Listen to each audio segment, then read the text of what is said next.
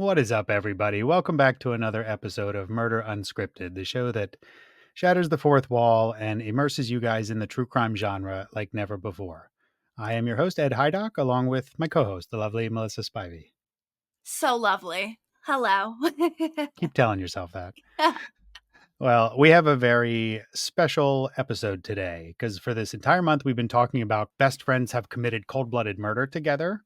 And we have stories where friends met their end together. So we're trying to show you both sides of the spectrum. And the case Melissa walked us through in week one, Jason Sweeney, was so awful. And then last week, I told you the story of Betty Jones and Catherine Krigler. It's interesting that we're talking about friends this month because Catherine and Betty were such good friends. And another amazing friendship was born out of their friendship. And obviously, it was through tragedy. But that is the friendship between our two guests today. And it's Sergeant Bill Lott of the formerly of Starkville PD, who was the driving force in solving this case, and Jennifer McWhorter Taylor, who is the niece of Betty Jones.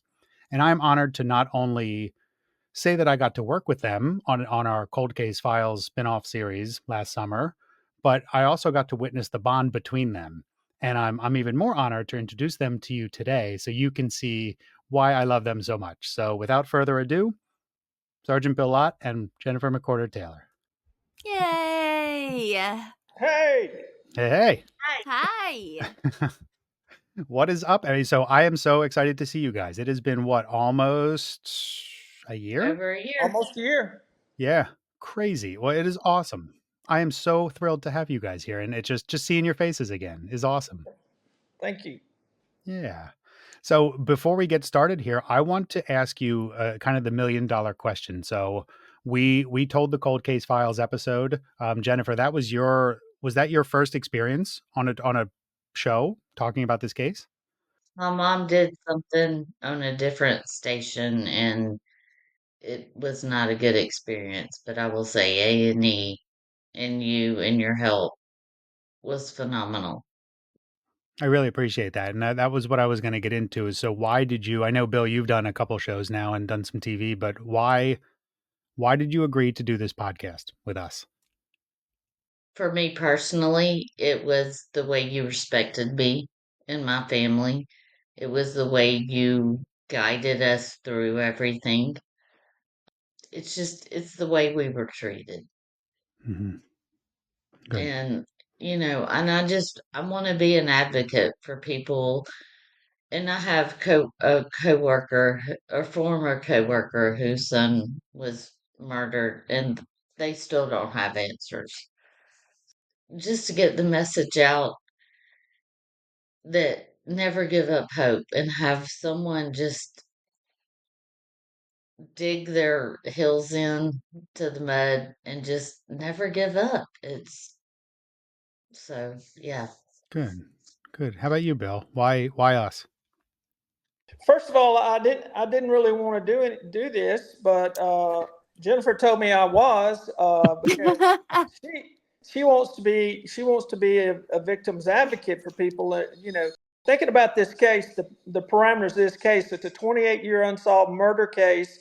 Meant she had to deal with many chiefs of police. She had to go through a lot of stress and anxiety and being told things were being done when they weren't. They were being told that a certain person did it, and they knew they did it, and it was totally not that person. So I explained to her she was on the roller coaster ride, and I was going to try and help her get off the roller coaster. I said, we're going to have that. But she told me she wanted to do this and told me, she said, Ed asked, do you think Bill will do it? And she said, Bill is doing it because I want to advocate for victims. And he's my big brother, so here's Big Brother. Why did this case make you guys so close, like brother and sister, is what I see? Well, I think a lot of it has to do. She didn't feel like, and she didn't feel like it, and she wasn't getting a lot of answers, and she wasn't getting an inside look into the case. But when I started, I read the case file through 7 times before, and didn't do anything for the first year because I wanted to read it, and I'd never been to the crime scene, but I had fresh crime scene video, fortunately. So I wanted to wrap my mind around it and understand it like I had been on the crime scene. And I told her, I said, I'm going to tell you what I'm doing, and you're going to be a part of this. And I said, you know, we're a team, and I said we're going to get this thing solved. And that's where the bond of trust and friendship started to develop early on. That's awesome. And Jennifer, how did you feel then to finally have, after all these years, somebody who you felt like you could trust, right? That was essentially it. You were not, I don't know if you were lied to over the years or at least misled about the status of the case, but what about Bill, when he came on the scene, made you trust him and believe that there would be an end to this case? He was upfront, he was honest, and he was like, I'm just gonna tell you like it is. And can I speak the truth? And I'm like, yeah, speak the truth. Like, I wanna know. And I think that's the first conversation Bill and I had. I think that was the one that just gave me the ultimate trust in him. And he would call and say, okay, we're doing this, this, and this. And I'm like, okay, let's go. And I remember it was probably 2015, 2016 that we first met face to face. I don't know if you remember this, Bill, but I had gone to a family reunion out in Texas.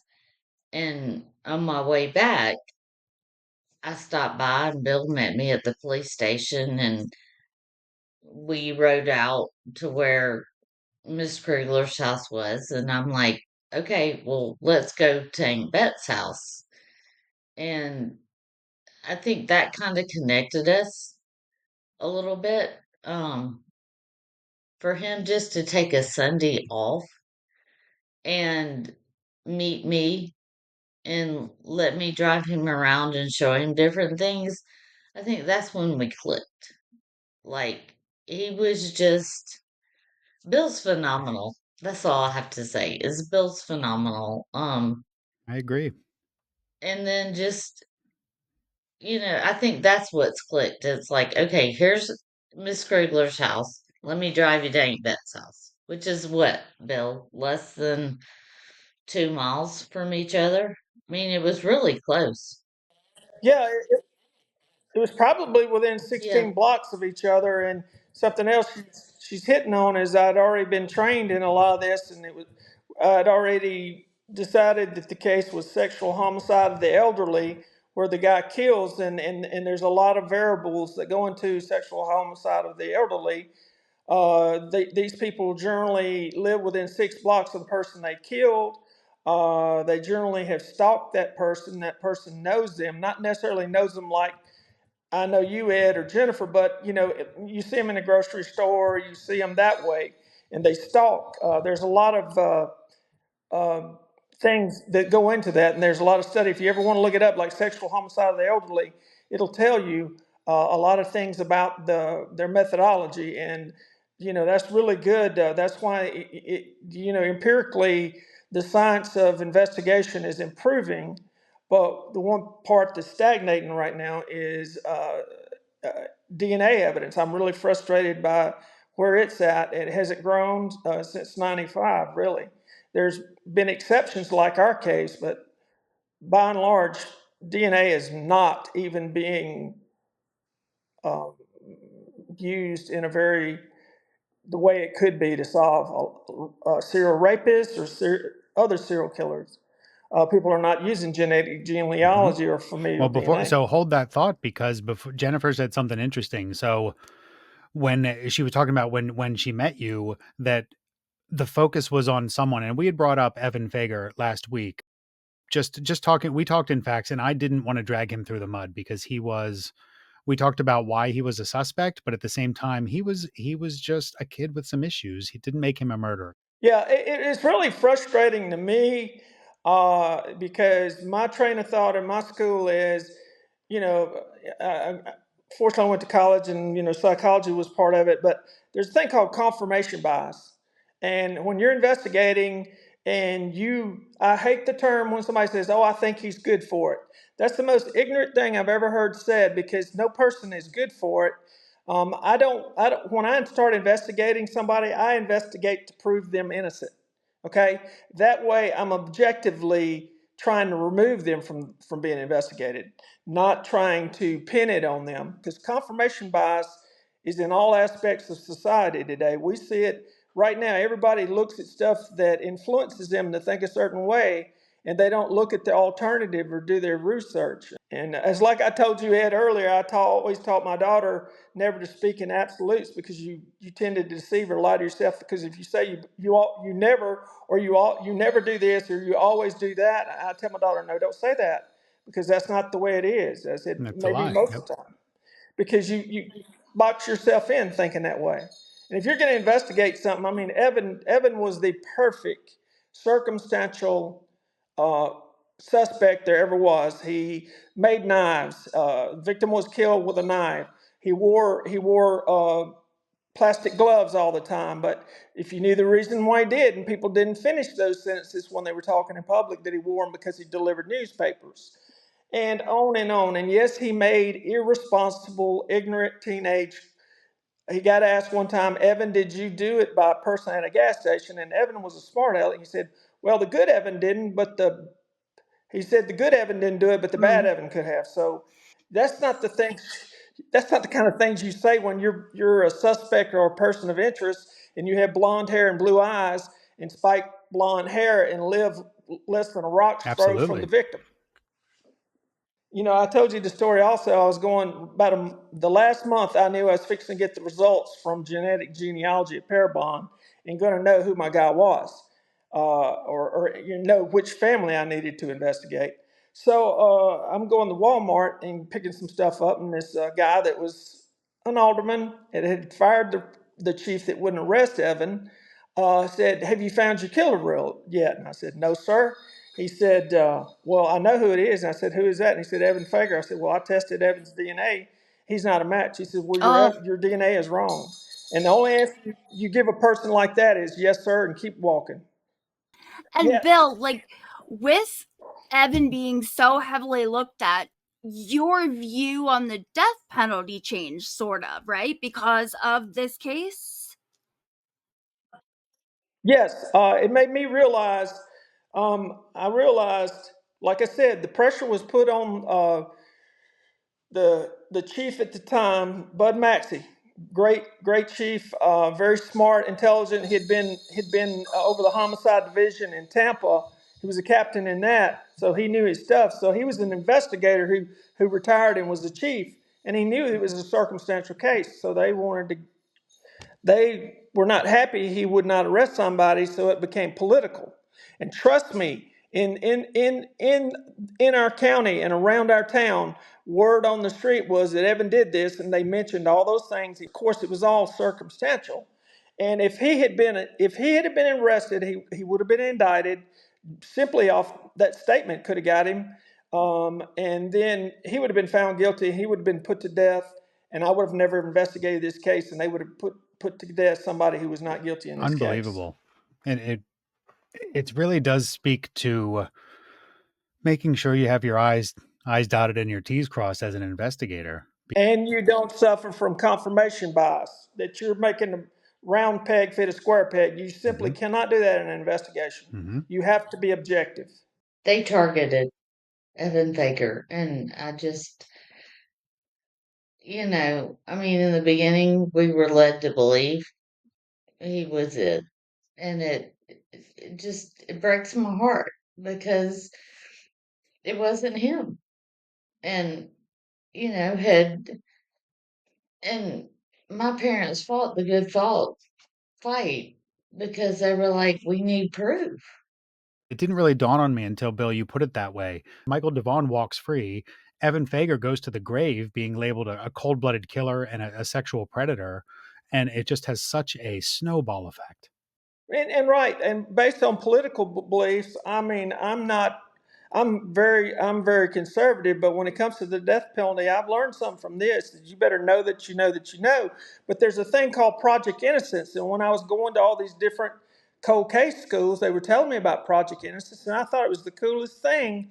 They were taking DNA evidence that had not been tested in murder cases, and there's been a lot of people that have been taken off of capital murder or death sentences due to DNA evidence being tested. And you remember what I told you? There's a lot of DNA sitting in evidence vaults at departments that probably need to be tested, but they can't, because I remember I told you the story whenever remember I told you Parabon approached me to do Discovery ID, and they were going to do my DNA for free, but it was only genealogy. And I said, I thought about it, and I said, I'm not putting, and the reason I rejected it is because I didn't think facial recognition would get me there, and I didn't want to put the family back on the emotional roller coaster of being on TV. People don't realize sometimes that adversely affects them. So I turned it down. But when I decided to do genetic genealogy, I called them up and I said, I need to want to do this. They said, and the guy said, okay, that's going to be 10 grand. And I said, 10 grand? I said, it was going to be free when I was going to do Discovery ID. But yeah, but you didn't do it, did you? And I said, well, Gotcha. okay. I said, well, listen, I said, $10,000 ain't nothing to the FBI, DEA, or a federal agency. But I said, what you don't understand is you're losing all these. There's 70 or 80,000 police departments that are from 30 to 60 police officers, that if you lower your price under 5 grand, then they can pay to have testing done. But I said, your price for federal agencies, not for the moms and pops. And I said, you can make a heck of a lot more money if you tier your pricing. And then they said, well, you got to talk to the CEO about that. And I said, well, give me his number. And I called him, and his name is Stephen Amatrout. And we got to talking, and he said, just what I just told him, I was telling him you need to tier it. And he said, well, Bill, where do we need to be? So we got on a first name basis there. I said, Stephen, I said, I need to be at 3,000. And he said, well, we can do it for 3,200. So we went from 10 grand to 3,200. And it's kind of like this. If you want to be a good detective, there's 3 kinds of personalities you need to have. You need to be part Southern football coach, Southern Baptist preacher, and a car salesman. You're a schmoozer, man. Who knew detective work was so much wheeling and dealing? It is. Why do you think? I love the Zodiac, but the Zodiac could have been solved. It wasn't solved because the agencies didn't cooperate with each other. Mm-hmm. They had information that could have helped them. And again, who is it? Netflix is going to do something on Arthur Lee Allen. He is as good as a circumstantial suspect as Evan Fager is, so that should give you pause. That simply doesn't mean he did it. A new generation will watch a series of crime shows and they say, oh my gosh, why didn't they arrest this Arthur Lee Allen? Trust me, if they had had more than a circumstantial case on him, he would have been arrested.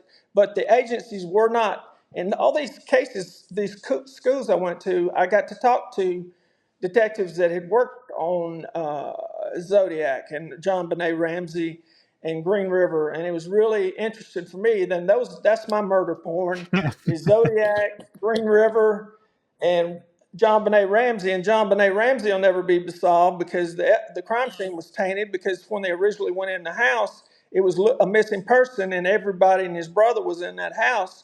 So you're not going to have a tight chain of custody. That's why my sexual assault kit worked so well, was because it was a semen-based DNA profile that had a tight chain of custody. She went to the doctor and the nurse, and they performed the sexual assault kit on her. They sealed it up, put their initials on it. It went to the crime lab. They blood typed it. Then years later, in 2004, we get it to Scales Lab in Brandon, Mississippi, one of the best. I went to every one of them. I went to Orchid Cellmark in Dallas, Texas. I went to Rely Gene in New Orleans, and I was putting it out there. I went on. I contacted Interpol and got it on the Interpol database, and they got it on the G8 Summit DNA. And I got it tested for Mexico and Canada and all over the world. I will say Bill was a bulldog on this, because so it happened. Aunt Bet's murder happened September 3rd of 1990. I was in high school, a senior in high school. I'm gonna get emotional. 10:43, we got a phone call, and it was from one of Miss Krigler's relatives. And I answered the phone immediately. My dad picked up a few seconds later, and all I could hear was John, this is Sam Krugler. Betty's been murdered.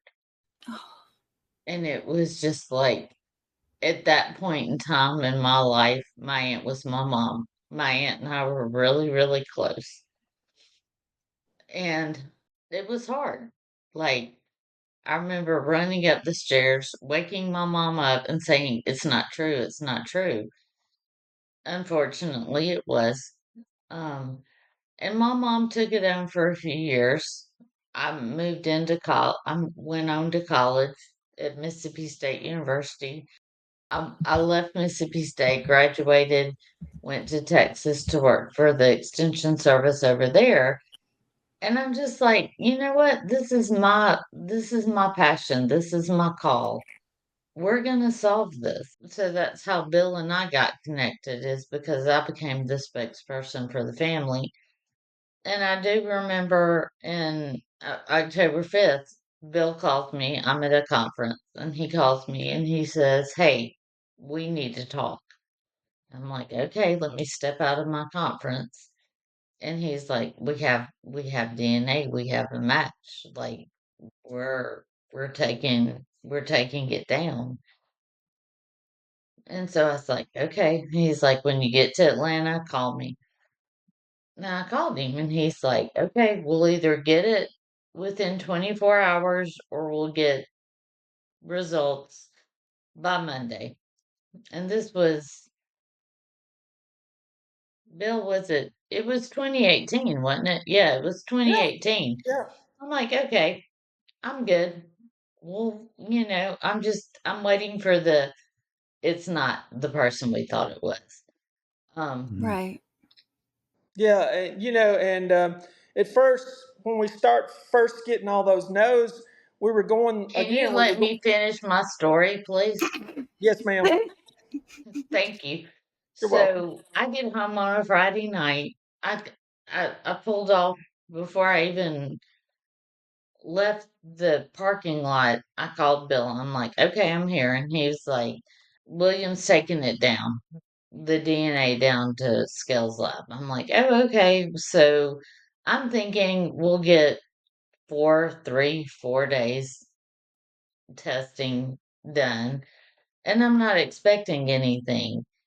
This is just going to be another roadblock. We're not going to get anything. And so I get home, and my husband's like, "You need to watch." And it was ABC 2020, and it was about the teacher in Pennsylvania that Christy would, Marak. huh? Christy Marak was her name. Yeah. So it was her episode and how they solved it.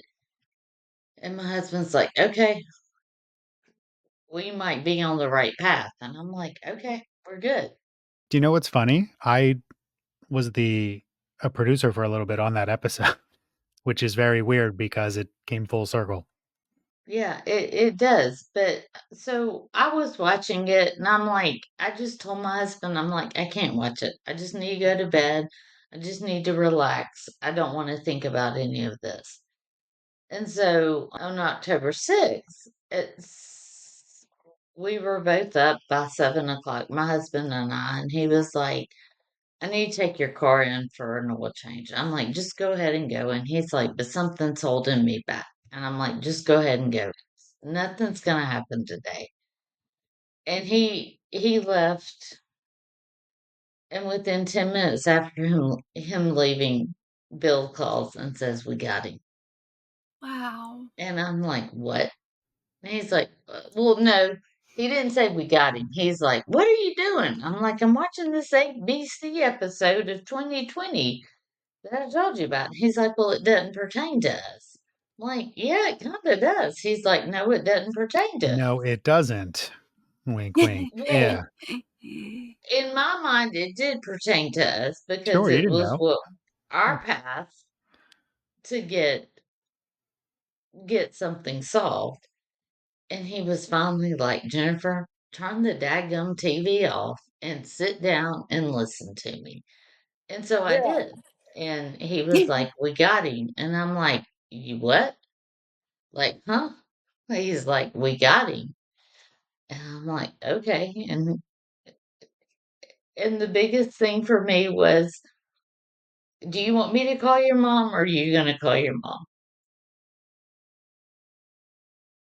And I said, I'm going to call my mom. Like, I'm going to tell my mom.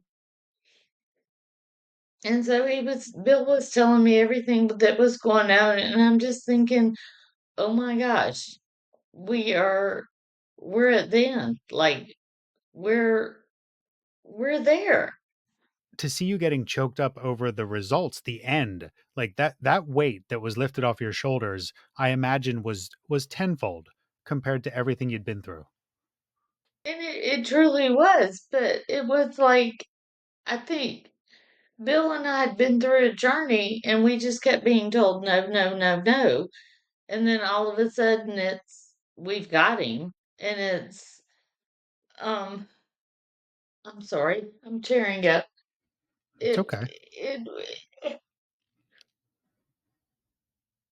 when you hear you finally have somebody after so many years of just trying to dig and be positive for your family and try to fight, and then just to get the phone call one morning, like at I think it was like 7:45 my time or 8:45 my time, 7:45 Starkville time, just to hear we got him. We got him. And I'm Just like, awesome. and I called mom. So I called my mom and I just bawled. And she's like, what's wrong? Who's hurt? Who's what? She was just thinking, her mind was going another direction of who's in the hospital? Who do I need to come over? And I said, Mama, said, we got him. I'm like, it's Bill's going to get him. Like, we got him. And mom's like, oh my gosh. And so she started crying and she's like, it's because of you and Bill that we got him. And I don't, I've always told my family I don't take credit for solving this. It's Bill. Bill solved it. He got it done. But I wasn't gonna lose the fight for my aunt. Like, my aunt was my mom. She was one of my best friends. And it's just when you have that type of relationship or any type of relationship you have with a family member and the case can't be solved, you just cannot give up.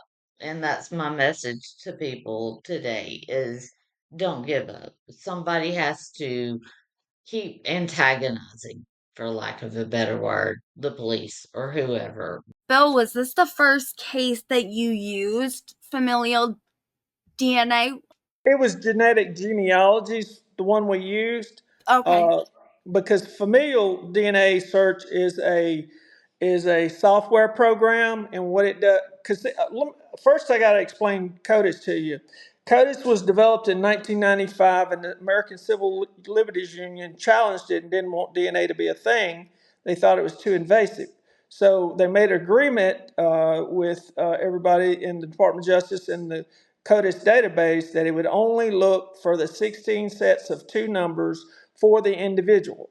Okay, so that means that it only looks for his profile and will not spit out anything kin.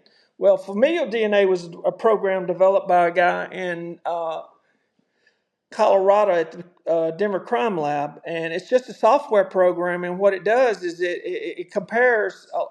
Each state has their own database, and each state is in control of their own database. And California is the most progressive when it comes to DNA. And the law is always going to be here. The law is the standard. The science is going to go like this. It's going to go up and down. But the standard is the law. If the science gets above the law, then it'd be struck down. So I wanted to be here. So I actually could have been the first to use genetic genealogy, but I waited because I wanted a Supreme Court ruling in one of the federal courts in any state, which basically be law of the land, supporting the way genetic genealogy. And D'Angelo, the guy, the Golden State Killer, Mhm. Mm-hmm. There was a Supreme Court ruling about the way they use genetic genealogy. And I knew at that point, because I told Jennifer, these are the things that I would tell Jennifer. I would tell her all about this. I said, I'm sitting tight and we're waiting. I want to see if genetic genealogy is held up. And then I said, all right, the Golden State Killer, they upheld the use of, ancestry, me accessing all of that because it's in the public domain. And I always remember, the people don't realize the Bill of Rights, the Constitution, all that does affect what a police officer does. Genetic genealogy, when it's upheld on the Golden State Killer, I know that I can use it and that I will be able to get a conviction and not get it thrown out if genetic genealogy works for me. And it did work for me. I was number 13, and that number was not unlucky. And I was gonna say lucky 13. Yeah. yeah. So I was like, it narrowed it down when they sent it back. When they sent back, they said, okay, it's going to be one of these three brothers. And there was I'm not going to name the other brothers, but one was actually 10 years old at the time of the murders, so he couldn't have done it. And the older one was older and had never been in any was a business owner, never been in any trouble. And then there was Michael DeVaughn, and he had been in some trouble. And so we did the trash pulls, all that. We set up trying to get his DNA, but it was 2 or 3 houses right together on one lot. So we were going through, it's always sexy on TV showing you investigating crap. But when you're going through a garbage can, it's got garbage in it from 3 days old, and there's At 2 o'clock in the morning. yeah, it's not sexy. It's not sexy. It's dirty, hard work. So the other thing, I want to give George Skira at Scales Lab a lot of credit, because that Friday, I was on vacation in Moundsville, Alabama. So I called George and I said, "Hey George, we got a DNA profile because he'd already tested a partial. We'd already got an epithelial profile off a gun that was taken off of Michael, and it had 2 or 3 alleles that were specific to our semen days profile. So George said, if we get that profile, he said, it's going to be a match because those alleles are in your partial profile. I said, okay, cool. So we get it, and I'm in Moundsville, Alabama, and I called my buddy William Durr. Said, hey, can you run up there and get that DNA profile? And I said, and I told George, I said, George, can you stay a little? This is on a Friday now, and this is the owner of the lab. But again, you build relationships with these people, and they buy into the case.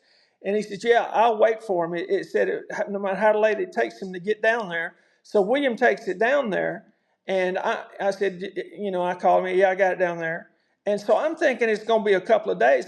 George didn't tell me, but he went ahead and started prepping the machine when I called him like at 8 o'clock in the morning, because it has to purge and do all of its stuff for about 8 hours. It's not like on TV where you see these little vials being shaked in 15 minutes, they know the DNA. It actually takes about 24 hours. First, the machine has to be purged and prepped to test the DNA. Well, when William got it there, he put it in the machine, he fired it up and got it going, and so that's how we got the results the next morning at 6. I'm driving home from Kroger with groceries, and George calls me and says, hey, Bill, I got something on your case. And he says, you found your guy? And I said, I'd had 60 to 80 something no's. I said, so what are you telling me? I wasn't believing him because it had always been no. And I know Thomas Edison said, when they asked him, said, how'd you feel when you had tested 1,000 light bulbs and he failed? And he said, well, that was just one less way I knew how to create a light bulb. And he kept on working. But so when he said, you got your guy, I said, so what are you telling me, George? Messing when I like to joke around a lot, if you haven't noticed. So he said, you got your guy. I said, oh my gosh. I said, I had groceries. I said, get in the house. I got to get dressed, and I got to go up there and pick his butt up. And I said, I got to get a warrant. And he said, okay. And so that, and when I went there, I want to tell a funny story too. When I went there, we were riding and we were developing our theme for our investigation. We knew we had our guy, and I told William, I said, I just want to look at him. I said, you start out, you read him his rights and start the process of the interview, and I'm just going to sit there and look at him. And, and then another funny thing I told George, when he was in jail, when you're in jail, there's no expectation of privacy on your phone calls. So after I arrested him, he was talking and he said, yeah, that detective thinks he's smart, but he ain't done nothing but stand on the backs of geniuses. And I love that so much. I love Wow. that saying, boy. I did stand on the backs of geniuses, but I loved he said that. Wow. So cool. So Jennifer, did you ever think that something like genetic genealogy would be what finally cracks this case? So I was in Savannah or Charleston, and Bill sent an email to me and said, "Hey, we can do this. Like, let's think about doing Parabond." And I'm like, "What are the chances that they can come up with something?" And I'm sorry I'm emotional because it just still really hurts. But Jennifer, that's okay. And that's the one thing that I really wanted to do. And Melissa agrees with this podcast is like the whole, this is about being raw. And I get it, but it still hurts. I mean, he took her life, and I'll get to that a little bit later. But so I got an email from Bill when we were in Charleston on a family vacation. He's like, "Do we go for it or do we not?" And I'm like, "Go for it. Like, I'll pay the money. Like, I can liquidate whatever I need to liquidate to get the money to do this. Like, this is the kind of one of the situations where you just say, heck, yeah, we're gonna get it." And then another channel and another episode came up, and my mom agreed to being interviewed, and I have no respect for that show, and I'm not gonna name the show, but um I sat there with my mom, and it was awful. But if we did that show, Parabon would decrease the fee. And Bill and I talked about it years ago, and I'm like, I just want if we are confident in Parabon, let's just go with them. But I just wanted the case solved, and we had several avenues to get the case solved. And it was one of those situations where I was willing to cash in whatever I needed to cash in, whatever I needed to pay. Money was never an issue. It was, we've got to solve this. You remember what I told you though about Parabon and the genetic genealogy probability that we would find them using genealogy was only 60% at the time, right? Well, it was, but it was a risk I was willing to take. That's where that Southern Baptist preacher, car salesman, and football coach hustle Parabon. You got to swing. You got Yeah, to swing them. and in the end, we got what we needed, and we did what we needed to do, and I'm very thankful for that. But I don't think people like. I used to watch 48 Hours, A&E, Cold Case, NBC Dateline, and I just never thought, oh, it can happen to me. This could be my story on TV. Like growing up, I just never thought it could. And when it happens to you, it takes a different spin, and you quit watching things like that. I mean, had Bill not been on this case, I still think this case would be unsolved, to be honest. Mhm. It's just, it still hurts, and I'm still mad, and I'm pissed. Yeah, he's in jail, and he gets life without parole. But looking at him on that stand when I got up to read my victim statement, I never want to get on a victim stand again. I'll just say that. And have to look at somebody and have somebody look at me. And there was a podcast done by my aunt's step grandson. And Bill, yes, I know you don't want me to talk about it, but I'm going to say something about it. It didn't depict what the family needed. The family didn't support it. The step grandson lied to police. They called him, he called himself a grandson, but he had to dig deep for information, and I have no respect for that person at all.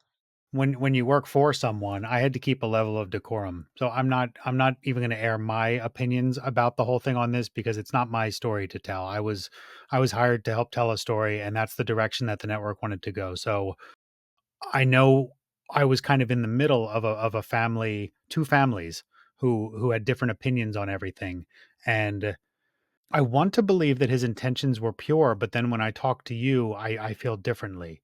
So I'm kind of still torn about the whole thing, but I definitely wanted to give you the platform that if you, because I know he had the platform and the other side of the family had the platform. So I really wanted you, if you wanted to kind of address the elephant in the room. The elephant in the room is that he did not represent himself from the get go as true. He lied to Bill. He lied to the police of who he was. He brought up information in my aunt's life that should never have been aired, that he had no knowledge of. And the day after my aunt's funeral, that family disappeared. No one's had communication with that family. So don't you dare call yourself a grandson and say you and your brother are the grandsons. My aunt had two grandsons that were alive when my aunt passed. They were young, but they were alive. And she has four grandchildren, three grandsons and a granddaughter. Um, but don't try to make money from this murder. I'm sorry, don't. He set up a GoFundMe page. I got it shut down. I'll be honest, I contacted GoFundMe and I'm like, this isn't accurate. Like what he proposed to GoFundMe for $25,000, $30,000. Like this isn't no.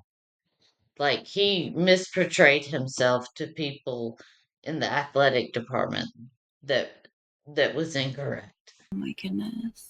My brother and I caught wind of it and we were like, okay. And my brother's like, no, I'm going to the athletic director. I'm gonna put it to an end.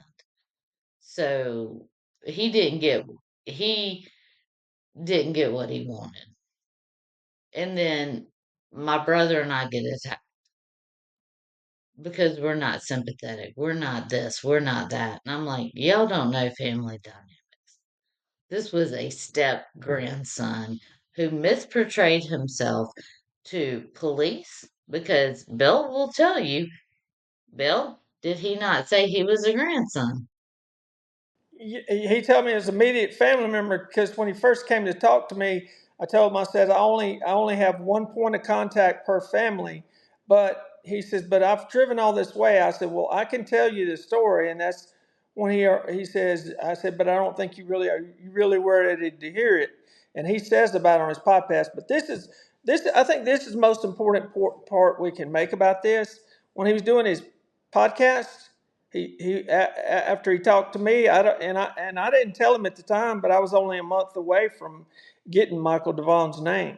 So we were at the end of it. We were already at the end. Parabon had already had the DNA. They were already developing it, already giving me probabilities, and sending me stuff saying that you're going to have your guy within a month. But the thing that bothered me and upset me so bad was I was listening to his podcast, and he started talking about a product that he was endorsing for that was sponsoring his podcast. He said, I think uh, Betty would love this product. Oh, You see what I'm saying? I Yep. mean, and you know, Yeah.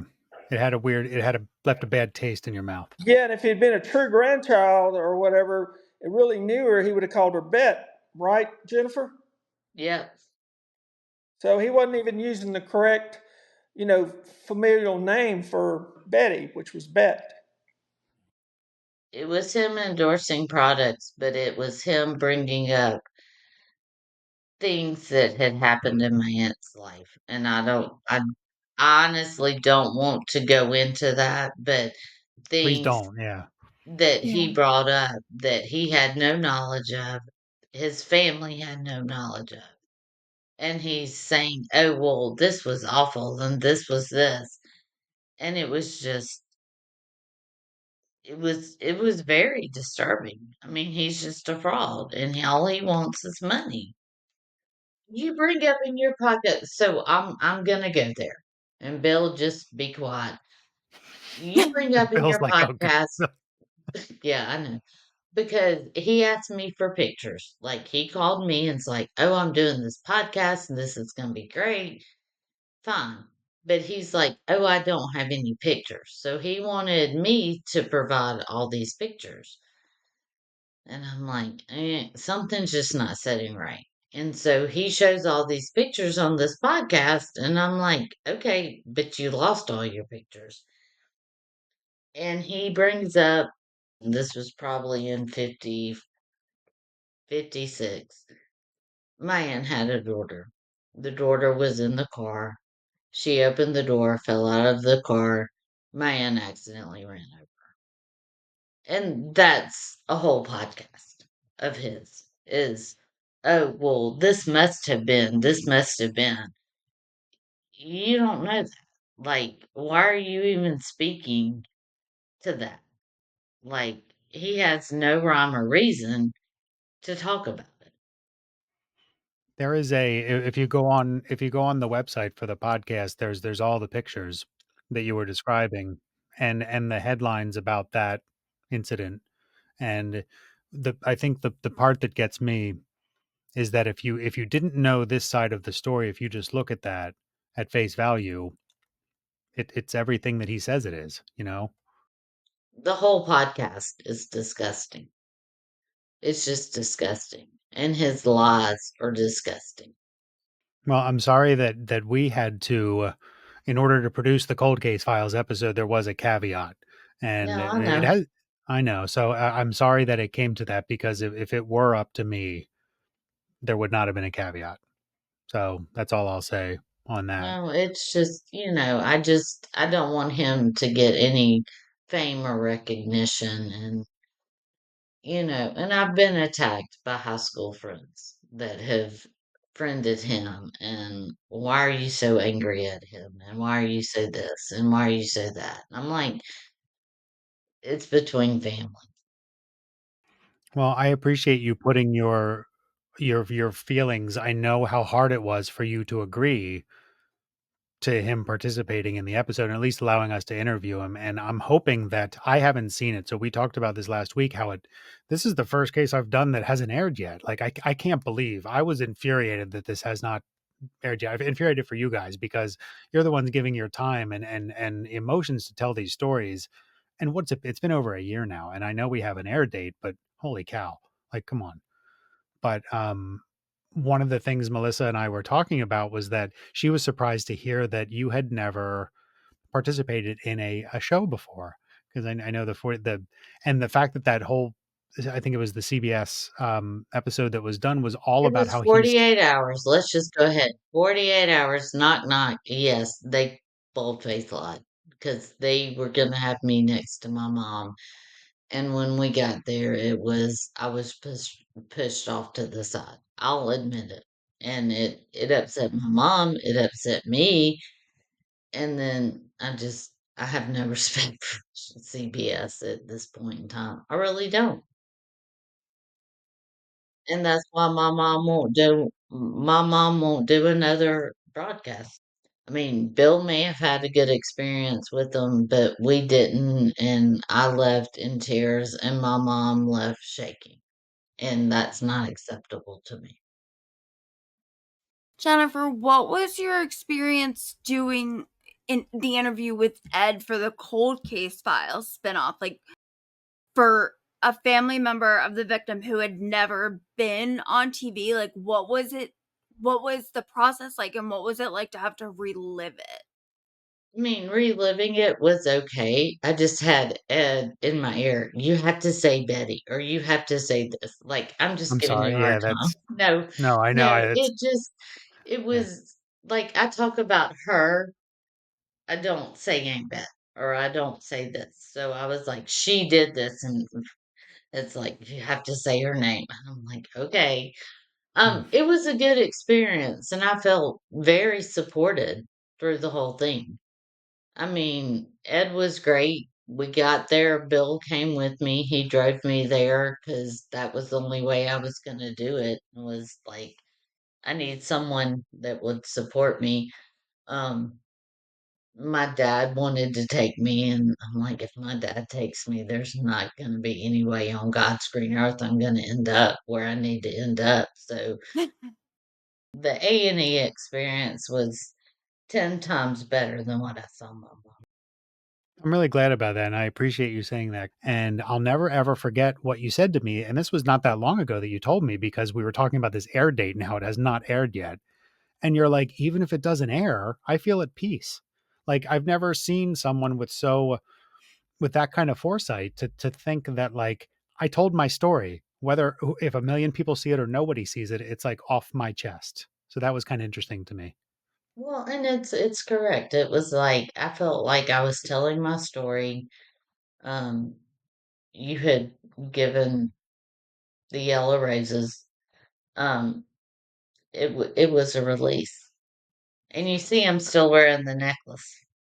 I was yeah, Yeah. it's so cool. So Beautiful. Tell us yeah. about it. So I had always I had always looked at this neck or this pendant and necklace. Um, it's two hearts kind of interchanged. And I always said, okay, the day that this case is solved, I'm going to get it. It's from James Avery, an artisan that has passed, but he still has his company still exists. It's from Texas. And I have several other pieces of his, but this one really spoke to me. And so the day that Bill called me and said, we got him, I went out and bought the pendant and the necklace, and I wear it regularly. And it's just, to me, it's my heart intertwined with my aunt and my aunt's heart. And it, to me, it just brings me peace. And that is the perspective you need to keep because that don't think about the bad stuff. Yeah. Keep thinking about that stuff. Yeah. So it's, and I have a little bit of Bill intertwined into the heart. I think about him occasionally, and I can never thank Bill enough for what he did and his tenacity and never giving up. I love you, Big Bill. Love you too. I love this so much about this case. It was like I feel like your aunt and Catherine had such a wholesomely beautiful friendship, and I feel like just from Ed talking about you guys and now meeting you and seeing you interact, like I feel like you two have such a beautifully wholesome relationship as well.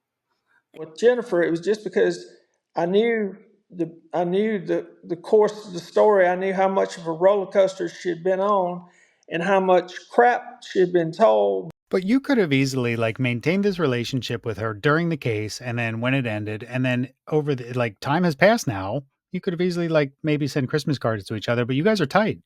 Yeah, Oh, we're very tight. We're we talked very a tight. lot.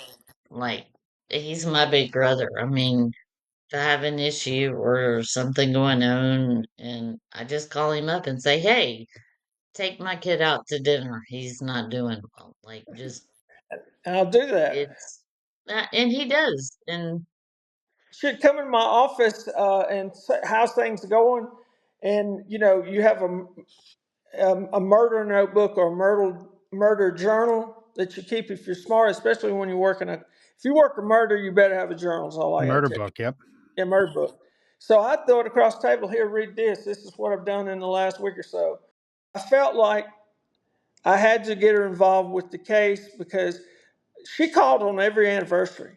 On the anniversary of those murders, she called David Lindley when he had it, and she'd call me too. So I wanted her to be involved, and it really did. We got a deep bond. We got a good bond of trust, and I always said we're in this together, and we were.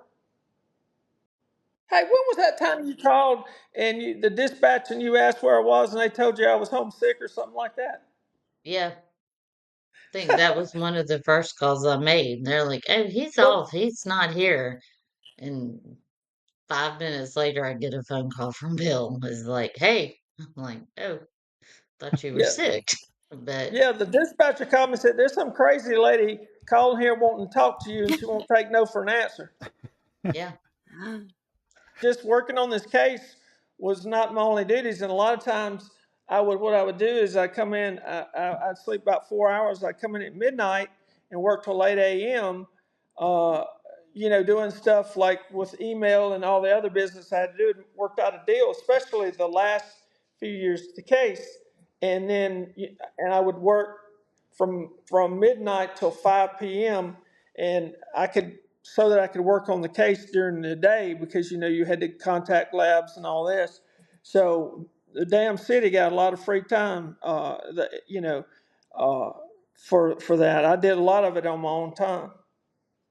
had he not been on the case, I don't think this case would have been solved. I agree.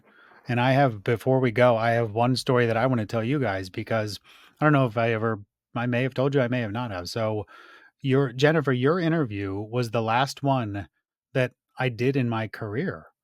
It was a Sorry. time when no, no. I'm not She saying it in a said bad way. sorry. She's like, I'm so sorry.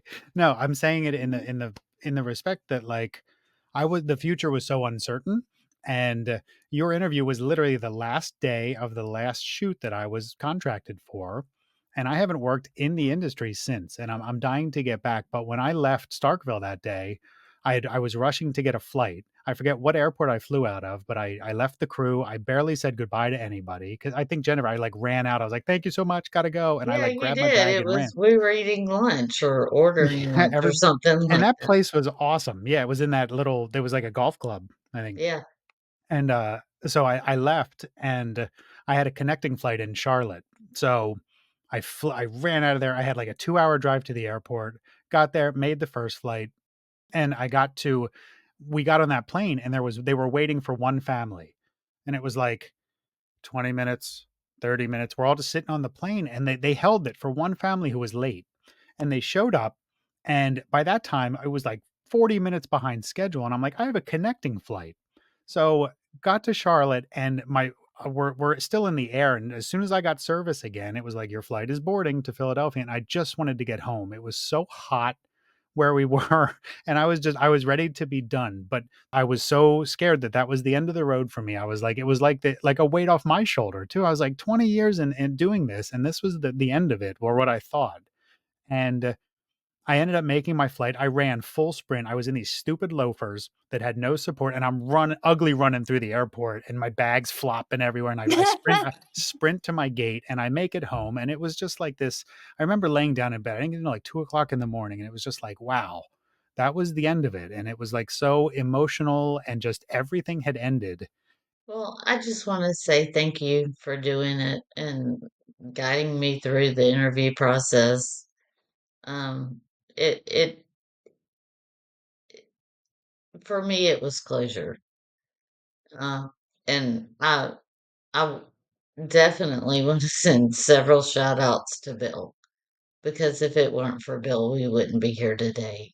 And the irony, Bill, is you're here today because of Jennifer, because she made you. That's right. From full circle. She voluntold me. So wait, you wouldn't have done it for me if I called you, and you would have said no? Man, Probably so. man. Hey, Mm. I will be glad to talk cold case murder and serial killers like Israel Keys and those Yep. things because We I have love that. questions for you. We have questions. So you're coming back for other stuff. Yeah. Okay. Yes. And I will tell you right now, this is the last one we do. We're done. After this, it's in the vault and I'm not talking about it again. I know I speak for Melissa when I say we are so thankful that So you appreciative. agreed to do it. And I love you guys. Seriously. Thank you for this. Yes, thank you. I hope it was a cleansing platform for you to kind It of get some of was. this stuff out and I don't know, just talk about all the stuff that went on that people don't see. Hmm. I want people to know never to give up and just keep pushing the system because if you don't push the system, you're not going to get finality. Your lips to God's ears. That's 100% true. You Yes. cannot stop. Yeah. Well, Jennifer and Bill, seriously, guys, thank you so much for Yes, this. thank you. Of course. It You're was nice most meeting welcome. you, Melissa. Yes, Yeah, you Melissa. too. Oh my God, that was such a great talk. And I am like obsessed with their friendship. They're so cute. They are cute, and they've been like that ever since I met them. It's really crazy, like how I you love that. bonded. I've used that term before, like bonded by trauma. I mean, Bill, this didn't traumatize Bill like it did Jennifer, but They're fun. They have really good chemistry and like just the way that like they relate to each other. And it's such like a beautiful thing that came out of such a tragic thing. and I guess that's all you can ask for. Exactly. Well, and I'm excited. Bill isn't Bill said like a character? He is for sure. He's been like that from day one. Like, what a great dude. And I'm really looking forward to having him back. He's excited to talk. He has some theories and some perspectives on serial killers. So we're gonna cover a couple of them with him soon I enough. am so down any day of Yeah, the week. You can just call me and we can talk about it. I'll arrange it. Bill Lott blowing up your phone. Well, next week, we have one last episode on Friends that we're going to cover. And my goodness, it is a brutal one. Probably one of the most brutal cases I've ever come across. Yeah, you told me bits and pieces, and I did a quick search just to kind of see what we're getting into, and yikes. Yeah. But it is about best friends, and best friends till the bitter end. It is. So stay tuned for that episode. But in the meantime, if you're just jonesing for that Murder Unscripted fix, you can check out our socials, Insta, Facebook, TikTok at Murder Unscripted. You can send us an email, murderunscriptedpod@gmail.com, or you can actually shoot us a note through our website, www. How many W's was that? So many W's. www.murderunscriptedpod.com. And just don't add too many W's. Put all the W's. Put all the W's. See where that link takes you. Nowhere. Well, That's if where. you nowhere. If you could do us a solid and rate, subscribe, and like Murder Unscripted, we would so appreciate it, and we will love you you will have our undying love and affection forever. There's no better gift. For real though. That's what I'm giving everyone for Christmas. My love and affection. That and a picture of me. Oh God. Save the receipt, people. No returns. All right. Well, I hope everyone has a great night. We will see you next week. Go hug your friends. Be nice. And remember, perverts don't wear signs that say they're perverts. No, they do not. See ya.